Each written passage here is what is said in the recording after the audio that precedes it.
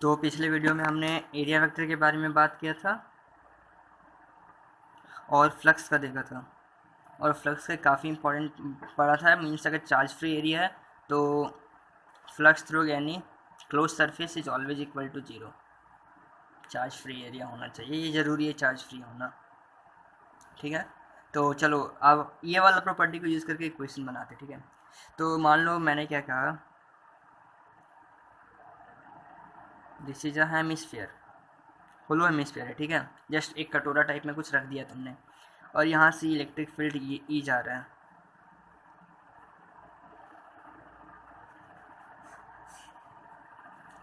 E vector है, तुम्हें बताना है कि इस कटोरे के जो फ्लक्स है फाई क्या होगा।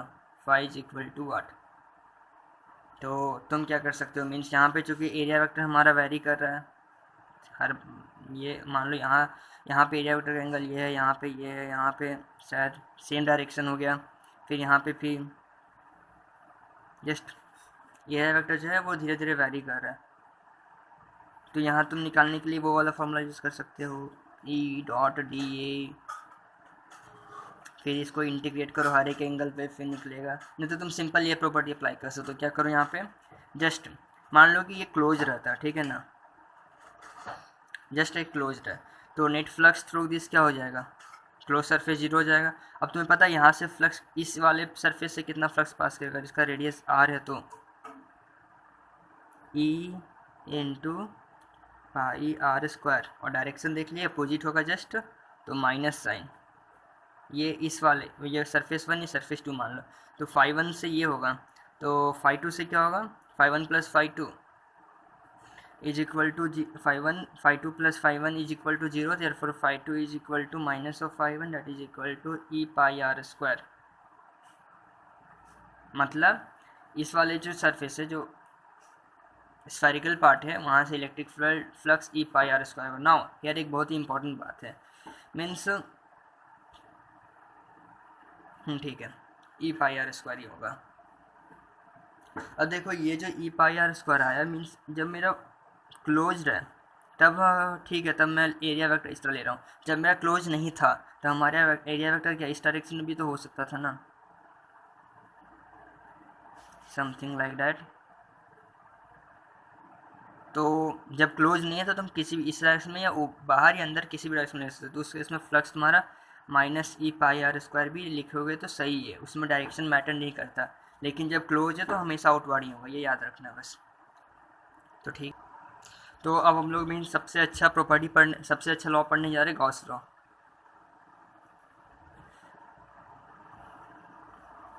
गॉस लॉ कुलम्स लॉ से अच्छा नहीं है, मीन्स आसान होता है, क्योंकि कुलम्स लॉ थोड़ा वेक्टर कैलकुलेशन इन्वॉल्व करता है और गॉस लॉ जस्ट स्केलर है। इसमें बस तुम्हें दिमाग लगाना चाहिए कि किस प्रकार से कैसा तुमको आगे पता चलेगा कहाँ पे जाते हैं। ठीक है, अभी रहने दो। तो गॉस लॉ क्या कहते हैं कि इलेक्ट्रिक फ्लक्स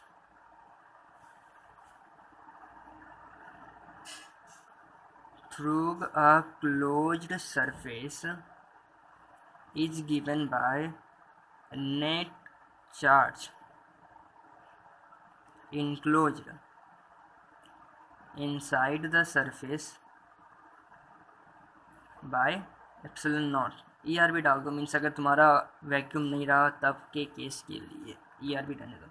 तो देखो ये लॉ, ये मैंने तुम्हें पहले ही इंट्यूशन दिया था कि नेट चार्ज का ज़रूरत क्यों पड़ता है। मीन्स मान लो ये एक सरफेस है, ठीक है, इलेक्ट्रिक फील्ड अगर यूनिफॉर्म है बाई चांस, तो जितना इलेक्ट्रिक फील्ड अंदर जाएगा उतना ही बाहर निकलेगा, तो नेट फ्लक्स जीरो है।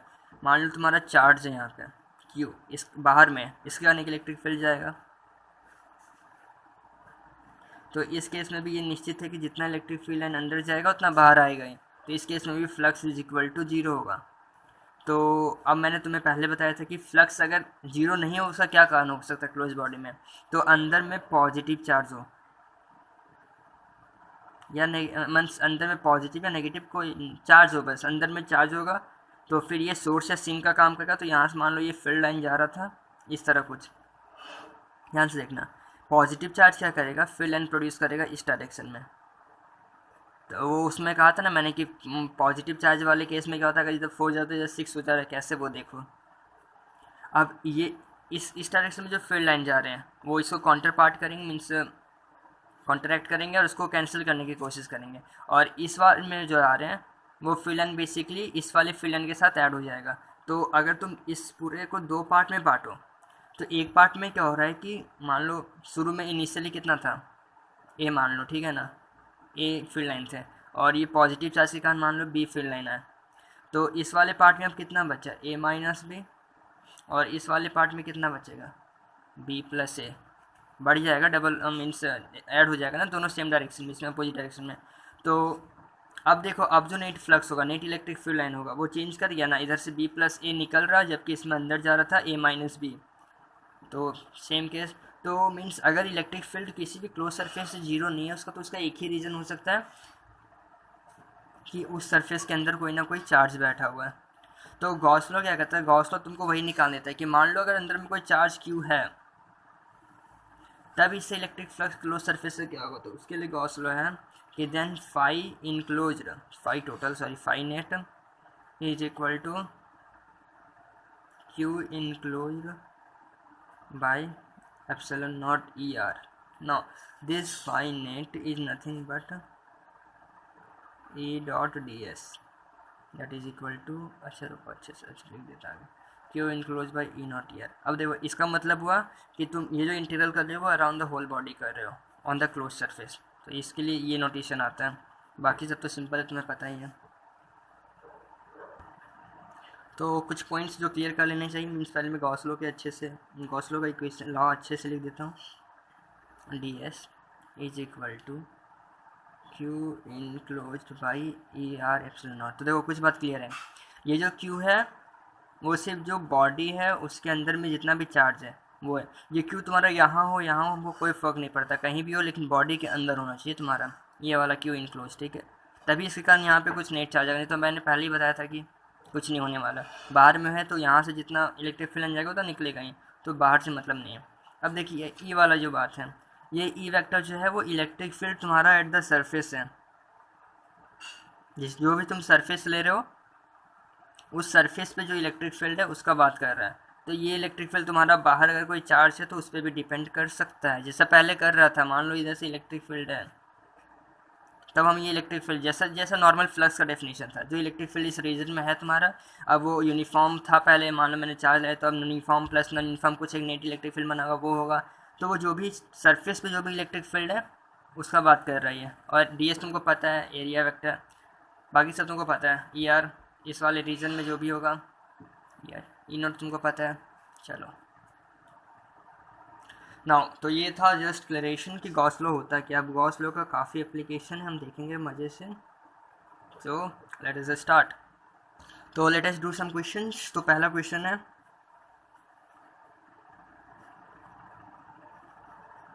नॉर्मल एक क्यूब है, इसके जस्ट सेंटर में मैंने एक क्यू चार्ज रखा है। तो तुम्हें बताना है, जस्ट मिनट से हो गया गड़बड़ी, तुम्हें बताना है कि इस वाले पार्ट से इस वाले सरफेस से, बॉटम वाले सरफेस से कितना फ्लक्स पास कर रहा है, ठीक है। गॉस लॉ यूज करो। गॉस लॉ क्या कहता है, पूरे बॉडी से कितना पास करेगा, मतलब पूरे क्यूब से कितना फ्लक्स पास करेगा। Phi is equal to Q enclosed, Q है Q by epsilon naught. Now अब देखो यहाँ एक बात इंपॉर्टेंट है, यहाँ सिमेट्री इंपॉर्टेंट रोल प्ले करता है। मैंने वहाँ कहा था कि चार्ज कहीं भी हो तो नेट फ्लक्स जो है वो पास करेगा, वो तुम्हारा क्यू एप्सिलॉन नॉट होगा। वो यहाँ भी होगा, अगर तुम्हारा क्यू यहाँ भी होता तो भी नेट फ्लक्स इससे क्यू एप्सिलॉन नॉट ही पास करता है, ठीक है। अब अगर सिमेट्री नहीं होता, मान लो ये थोड़ा ऊपर होता बाई चांस, तो यहाँ से ज़्यादा ऊपर वाले से ज़्यादा फिलन पास करता है एज़ कम्पेयर टू नीचे वाले। लेकिन यहाँ चूँकि सिमेट्री है तो चारों साइड से सेम फ्लक्स पास करेगा। तो कितना टोटल फेस कितना होता है, 6। तो फिर इस वाले पार्ट से कितना हो जाएगा, Q by 6 epsilon naught. Just clear. Now same चीज़ लो, ठीक है ना, अच्छे से।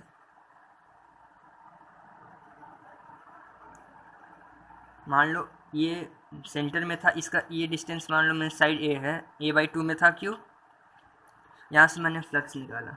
अब मैंने क्या किया कि यहाँ पे क्यू रख दिया जस्ट a/2 में। अब इस केस में क्या होगा, जो नेट फ्लक्स होगा, अभी भी देखो ध्यान से, अभी भी नेट फ्लक्स जो इस वाले क्यू के कारण होगा वो क्या होगा, phi is equal to Q by epsilon naught. इसके कारण चूँकि ये सिमेट्रिकल है तो इसके कारण यहाँ से फ्लक्स कितना हो जाएगा, क्यू बाई 6 एप्सिलॉन नॉट। लेकिन इसका भी तो इलेक्ट्रिक फील्ड पास कर रहा होगा ना, तो इसका इलेक्ट्रिक फील्ड जो है वो सेम इस जगह पे उसका फ्लक्स भी कितना हो जाएगा, Q by 6 epsilon naught that is equal to 0, means just opposite direction में होगा, minus Q by epsilon not.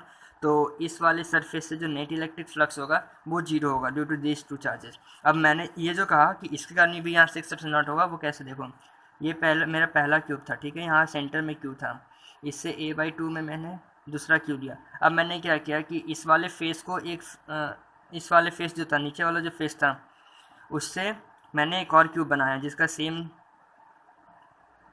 Something like that cube बनाया, जस्ट उसके नीचे एक क्यूब बना दिया मैंने जिसका साइड भी सेम। अब ये जो क्यू है वो नीचे वाले के सेंटर में, तो इसके कारण एक फ्लक्स होगा। तो सेम जिस तरह मैंने इसमें कहा था कि इस वाले से क्यू बाई 6 एप्सिलॉन नॉट है, उस तरह मैं इससे भी कह सकता हूँ क्यू बाई 6 एप्सिलॉन नॉट होगा, लेकिन दोनों का डायरेक्शन जस्ट अपोजिट होगा, तो दोनों कैंसिल करके यहाँ पे इस वाले साइड से कितना होगा, नेट 0 होगा। तो ये समझे ना। अब देखो यहाँ पे मीन्स अब तुम कहोगे क्या कि इस वाले से तो अब नेट 0 हो गया, तब मीन्स इससे फ्लक्स जो Q by 6 epsilon not pass कर रहा था वो तो मीन्स नहीं कर रहा है, इस टाइप में कुछ डाउट आए गए। तो उस वाले में ये जो नेट 0 होने का कारण क्या था, इसके कारण फ्लक्स, तो इसका कारण फ्लक्स इधर भी कहीं ना कहीं जा ही रहा होगा। तो जितना तुमको लग रहा है मीन्स एक नॉर्मल इंट्यूशन आ रहा होगा क्या कि इधर से कुछ माइनस हुआ, तो इधर कहीं सम तो होना चाहिए, होगा, इसके कारण जो नेट जाएगा वो इधर भी सम होगा, इधर भी सम होगा, तो कुछ नेट इलेक्ट्रिक फ्लक्स इधर बढ़ जाएगा इस वाले साइड, इस वाले फेसेस से, ठीक है। नाउ सम मोर क्वेश्चंस जो तुम्हारे काम आएंगे। पहला क्वेश्चन देखो क्या है, अब सीधा गॉस लॉ यूज करना है, ठीक है ना। ये क्लोज सिलेंडर है, मान लो इससे एक इनफाइनाइट लैम्डा चार्ज डेंसिटी का एक इनफाइनाइट वायर जा रहा है, तो फ्लक्स थ्रू दिस सिलेंडर क्या होगा, इसका लेंथ ये एल है, तो ये क्लोज सिलेंडर तो गॉस लॉ अप्लाई करना है, कोई बात शक नहीं। इसमें टोटल चार्ज कितना है, क्योंकि चार्ज डेंसिटी लैम्डा है और लेंथ एल है, तो टोटल चार्ज लैम्डा एल हो जाएगा। और गॉस लॉ क्या कहता है, क्यू बाई एप्सिलॉन नॉट, तो flux is equal to this. अगर सेम चीज़ रहता, मान लो क्यूब है एक, इसका डायगोनल पे एक इनफाइनाइट वाला रख दिया मैंने, तो इस केस में टोटल चार्ज कितना हो जाएगा, दिस लैम्डा इंटू डायगोनल का लेंथ कितना होता है, √3/a/4 2 होता है सर, ठीक है, समथिंग लाइक दैट, इंटू 1/एप्सिलॉन नॉट, सिंपल। अब एक प्लेन लेता हूँ, ठीक है, ये एक प्लेन है, positive positive positive positive sigma charge density है, सरफेस चार्ज डेंसिटी। मैंने एक सिलेंडर इस तरह पास किया, जस्ट एक क्लोज सिलेंडर मैंने इससे पास कर रखा है, समझ रहा, फील आ रहा है ना, मीन्स ये प्लेन है तो यहाँ से सिलेंडर पास किया हुआ है, ये क्लोज है, तो अब इसका फ्लक्स कितना होगा, तो तुमको पता है इसमें टोटल चार्ज डेंसिटी कितना है, टोटल चार्ज कितना है, सिग्मा इंटू इसका मान लो ये रेडियस r था, πr² चार्ज हो जाएगा बाई एप्सिलॉन नॉट, ये फ्लक्स हो जाएगा इस केस में। नाउ नेक्स्ट देखो क्या है, एक हेमिस्फेयर है, हेमिस्फेयर के जस्ट इस वाले पार्ट में मैंने एक क्यू रखा है, ये हेमिस्फेयर था, उस प्लेन पे मैंने एक चार्ज क्यू रखा है, तो तुम्हें बताना है कि इससे फ्लक्स कितना पास करेगा, ठीक है, हेमिस्फेयर से। तो मैंने क्या किया, टक टक टक टक कंप्लीट कर दिया उसको, स्फेयर को। अब हमें पता है क्या क्लोज सरफेस से कितना पास करने वाला है, Q by epsilon naught, just symmetrical है तो इससे कितना पास करेगा, क्यू बाई 2 एप्सिलॉन नॉट। लेकिन ये पता है ना तेरे को फ्लक्स इस वाले से, लेकिन तुमको पता है कि जो प्लेन है, जिस प्लेन पे चार्ज रखा होता है उससे फ्लक्स 0 पास करता है, तो इस वाले प्लेन से कितना चार्ज फ्लक्स पास करेगा, phi is equal to just 0, इस वाले प्लेन से, लेकिन इस वाले प्लेन से इतना हो जाएगा। और मीन्स क्यूब का और सब और भी बहुत क्वेश्चन होता है, जैसे कि सॉरी यार, मैंने चार्ज को मान लो इस वाले फेस पे रख दिया, तब उसके इसमें क्या करना रहता है क्या कि तुमको जस्ट इस फेस को लेते हुए तुमको एक और स्क्वायर बनाना होता है, जैसा कि मैंने उस केस में बनाया था, शायद इसमें अच्छा बन जाए, समथिंग लाइक दिस। तो ये फेस है, ठीक है ना, ये वाला फेस था, उस पर ये स्क्वायर था, फिर एक और स्क्वायर बनाया, तो टोटल अब कितना आ जाएगा, क्यूब टू एप्सिलॉन नॉट। तो अब इस वाले ऊपर वाले से आधा, नीचे वाले से आधा, तो नीचे इस वाले क्यूब से कितना पास करेगा, क्यूब बाई 2 एप्सिलॉन नॉट निकाल सकते हो। उसी तरह मान लो तुमने एज पे रख दिया, तो इस केस में तुम्हारा 3 स्क्वायर और बनेगा, एक स्क्वायर ऊपर इस तरफ, एक स्क्वायर ऊपर इस तरफ, और एक स्क्वायर उसको लेते हुए। अगर तुमने यहाँ पे रख दिया तो इस तरह 8 स्क्वायर्स हो जाएंगे, तो क्यूब बाई 8 एप्सिलॉन नॉट होगा जो इससे पास कर रहा होगा, ध्यान से। अब देखो इस वाले केस में थोड़ा इंपॉर्टेंट आता है, इस वाले केस में थोड़ा बात करते हैं, फिर उस वाले में बात करेंगे, ठीक है। मान लो तुमने यहाँ रखा था, ठीक है। अब तुम्हें पता है क्या कि इस वाले क्यूब से कितना पास कर रहा है, क्यूब बाई 8 एप्सिलॉन नॉट। तो मैंने पूछा क्या कि इस वाले सरफेस से बताओ कितना पास करेगा। अब ध्यान से देखना, यहाँ बहुत इंपॉर्टेंट है। मान लो इसका तुम जब फील्ड लाइन बनाओगे तो कैसा बनेगा, कुछ इस तरह बनेगा। तो उस केस में तुम्हारा क्या होगा कि ये वाला लाइन, ये वाला फील्ड, ये वाला और ये वाला, ये तीनों पार्ट से तुम्हारा जो नेट इलेक्ट्रिक फ्लक्स होगा वो जीरो होगा। तो ये जो क्यू बाई 8 एप्सिलॉन नॉट जो फ्लक्स है वो किस किस से पास कर रहा है, ये वाले पार्ट से, नीचे वाले पार्ट से और एक पीछे वाले पार्ट से। और चूँकि तीनों इक्विवेलेंट डिस्टेंस पे क्यूब के, तो तीनों से सेम पास कर रहा है, तो इंटू 1/3 मतलब क्यू बाई 24 एप्सिलॉन नॉट। तो इस बॉटम वाले से कितना पास कर रहा है, Q by 24 epsilon not. Same case तुम्हारा यहाँ पर भी होगा। यहाँ पे क्या होगा कि जब एज पे तुम रखे हो इसको, यहाँ पे चार्ज, तो इस वाले से कुछ पास नहीं करेगा, इस वाले से कुछ पास नहीं करेगा, ये दोनों से। लेकिन इस केस में तुम नहीं निकाल सकते कि इससे क्या होगा, क्योंकि सेम नहीं होगा दोनों केसेस। ये चारों प्लेन जो बचा है बाकी, वो चारों इक्विवेलेंट प्लेन्स नहीं होंगे, तो तुम ये कंफर्म नहीं कर सकते कि इसे इतना ही पास करेगा। तो ये केस था, बाकी क्वेश्चंस कल करेंगे फ्लक्स गॉस लॉ पे, बेस्ड ऑन फ्लक्स लॉ पे। उसके बाद कुछ डेरिवेशन से जो बोर्ड के लिए इंपॉर्टेंट है, फिर खत्म।